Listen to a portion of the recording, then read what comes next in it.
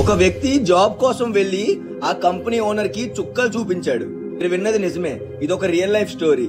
John Koum అనే ఒక వ్యక్తి ఫేస్బుక్ కంపెనీలో ఒక రోజు జాబ్ కోసం ట్రై చేసి ఫెయిల్ అయ్యాడు. అతన్ని రిజెక్ట్ చేశారు. కానీ కొన్ని సంవత్సరాల తర్వాత ఆ రిజెక్ట్ అయిన వ్యక్తి ఫేస్బుక్ ఓనర్ మార్క్ జూకర్బర్గ్ కి ముప్పు తిప్పలు పెట్టి భయం అంటే ఎలా ఉంటుందో చూపించాడు.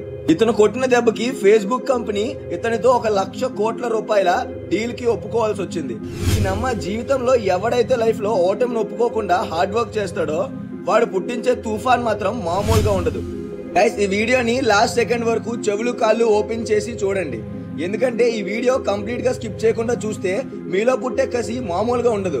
మీ ప్రతి ప్రాబ్లమ్స్ ని ఎలా ఫేస్ చేయాలో మీకే అర్థమైపోతుంది. చాలా సార్లు రిజెక్ట్ అయిన తర్వాత, చాలా సార్లు ఓడిపోయిన వాడు ఫేస్బుక్ కంపెనీని నేల మీదకి ఎలా లాగాడో తెలుసా? తనలో ఉండే కసి, పట్టుదల, సంకల్పం అన్ని కలిపి పెద్ద బొమ్మ చూపించాడు ఫేస్బుక్ కంపెనీకి. ఓకే, ఇంకేమాత్రం లేట్ చేయకుండా వీడియోలోకి వెళ్ళిపోదాం. ఈ జాన్ కోమ్ అనే వ్యక్తి పడే కష్టాలనేవి 1976 24 ఫిబ్రవరిలో పుట్టినప్పటి నుంచి చూస్తూనే ఉన్నాడు. ఇతను ఉక్రెయిన్ లో ఒక పేద కుటుంబానికి చెందినవాడు. వీళ్ళ ఫ్యామిలీ పరిస్థితి ఏంటంటే మధ్యాహ్నం అన్నం తింటే రాత్రికి పస్తునుండాల్సిందే. ఎక్కడ ఫ్రీగా భోజనం దొరుకుతుందా అని ఎదురు చూస్తూ గడిపే జీవితం వీళ్ళది. గైస్, వీళ్ళ కుటుంబాలు ఇంత పేదగా ఉండడం చూసి ఎలా అయినా ఈ పరిస్థితులు మార్చాలి అనే పట్టుదలతో ఇరుగు పొరుగు ఉండే డబ్బులున్న ముసలి వాళ్ళతో కలిసి అమెరికా వెళ్ళిపోయాడు. 16 ఏళ్ల వయసులో అమెరికాకి వెళ్ళాక రెస్టారెంట్స్ లో గిన్నెలు, బట్టలు, బాత్రూంలు కడిగి ఇలా పనులు చేస్తూ చదువుకుంటూ పనిచేస్తున్నాడు. కనీసం బుక్స్ కొనుక్కోవడానికి కూడా డబ్బులు సరిపోయేవి కాదు. ఇలాంటి టైంలో వాళ్ళ అమ్మకి క్యాన్సర్ అని తెలిసి చాలా బాధపడుతూ ఉంటాడు. కానీ అతనికి ఒక విషయం అర్థమైంది. బాధపడుతూ ఉంటే ఏదీ సెట్ కాదు, ఏదీ చేయలేను, నేనే మొత్తం సాల్వ్ చేయాలి ఇప్పుడు ఎలాగైనా అని ఫిక్స్ అయ్యాడు. వాళ్ళ అమ్మగారికి క్యాన్సర్ ట్రీట్మెంట్ చేయించడం కోసం గవర్నమెంట్ ముందు చెయ్యి చాచి ఎలాగోలా మొత్తానికి సంపాదించాడు. ఆఖరికి డబ్బులు దక్కే ఎలాగోలా. అప్పుడు అతను ఆ మిగిలిన ట్రీట్మెంట్ డబ్బుల్ని ఖర్చు పెట్టుకోకుండా తనకి అవసరమైన బుక్స్ కొనుక్కొని ఇంకా కొంత డబ్బు మిగిలితే అదే డబ్బుతో కంప్యూటర్ నెట్వర్కింగ్ కోర్స్ నేర్చుకున్నాడు. ఆఖరికి ఆ కష్టకాలం గడిచిన తర్వాత 1997లో అతనికి యాహూ కంపెనీలో జాబ్ దొరికింది. మొత్తానికి కాస్తో కోస్తో ఫైనాన్షియల్ గా బాగానే సెట్ అయ్యాడు. 9 years ఆ జాబ్ చేసిన తర్వాత అతనికి లైఫ్ లో ఇంతకన్నా గొప్పవాడిని అవ్వాలి అనే ఒక ఆలోచన వచ్చింది. వెంటనే అతను జాబ్ ని వదిలేశాడు. ఒక యాప్ ని ప్రపంచంలోకి తెద్దాం అనుకున్నాడు. కేవలం ఒక నెంబర్ తో మనుషులతో డిజిటల్ గా కనెక్ట్ అవ్వడానికి ఉపయోగపడేలా ఒక అడ్వాన్స్డ్ అప్లికేషన్ ఇంట్రడ్యూస్ చేద్దామని బలంగా ఫిక్స్ అయ్యాడు. ఇక్కడి నుంచి అతని లైఫ్ లో పెద్ద ఇంట్రెస్టింగ్ విషయం జరిగింది.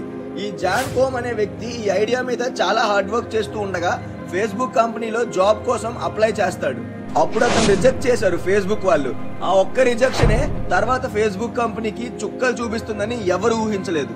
కొన్ని రోజుల తర్వాత 2010లో తన ఐడియాని పూర్తిగా ఇంప్లిమెంట్ చేసి వాట్సాప్ అనే పేరు పెట్టాడు ఒక యాప్ కి. 2011లో ప్రపంచం మొత్తానికి దిమ్మ తిరిగిపోయే షాకింగ్ రిజల్ట్స్ చూపించాడు. దెబ్బకి జనాలు ఫేస్బుక్ మర్చిపోయేలా చేశాడు. కంపెనీ మొత్తం కిందకి పడిపోయింది. ఎందుకంటే జనాలకి వాట్సాప్ చాలా నచ్చింది. 2014 సంవత్సరం వచ్చేలోపే, అంటే 4 ఏళ్లలోనే 45 కోట్ల యూజర్స్ సంపాదించాడు. ఆ తర్వాత ఏ ఫేస్బుక్ కంపెనీ అయితే రిజెక్ట్ చేశారో వాళ్ళే ఇతని దగ్గరికి వచ్చి వాట్సాప్ ని ₹1,00,000 కోట్ల ఆ యాప్ ని కొనుగోలు చేశారు.